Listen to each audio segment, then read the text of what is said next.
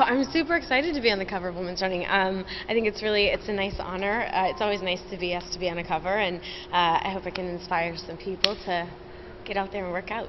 So I just turned 34, and I have found that the best trick for me right now is to constantly shock my body into different things. So I never do one thing all week. I've done this fluidity workout, which is sort of like a cardio bar thing.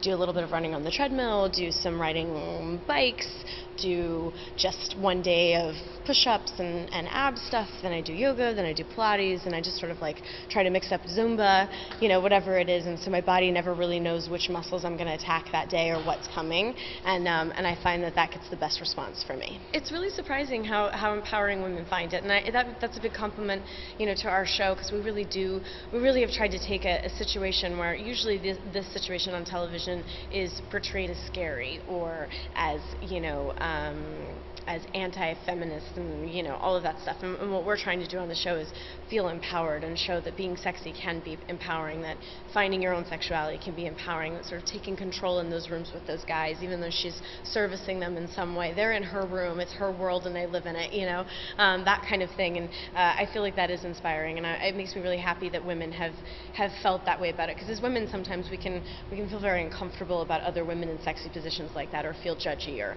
whatever it is, and women so far have been able to respond to that, so that makes me happy. Riley starts running this year on the show, actually, as a way to deal with her stress, and it was a storyline that I put in the show because I felt like it was really important to show somebody who's balancing so many worlds and things on her shoulders has to have an outlet at some point. So we have a big running thing in our show this season, actually, where she runs the steps of the high school just to sort of get her mind clear and try to do the best she can with the world sort of crumbling around her. She's stuck in the middle of a really saucy triangle between the two brothers, the Parks brothers.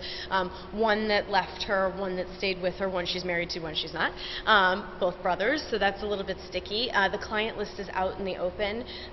People know that there's a list. They know the people. They're starting to sort of wonder about the people on the list, and she has to protect everyone on it. So there's a little bit of danger element in the show this year.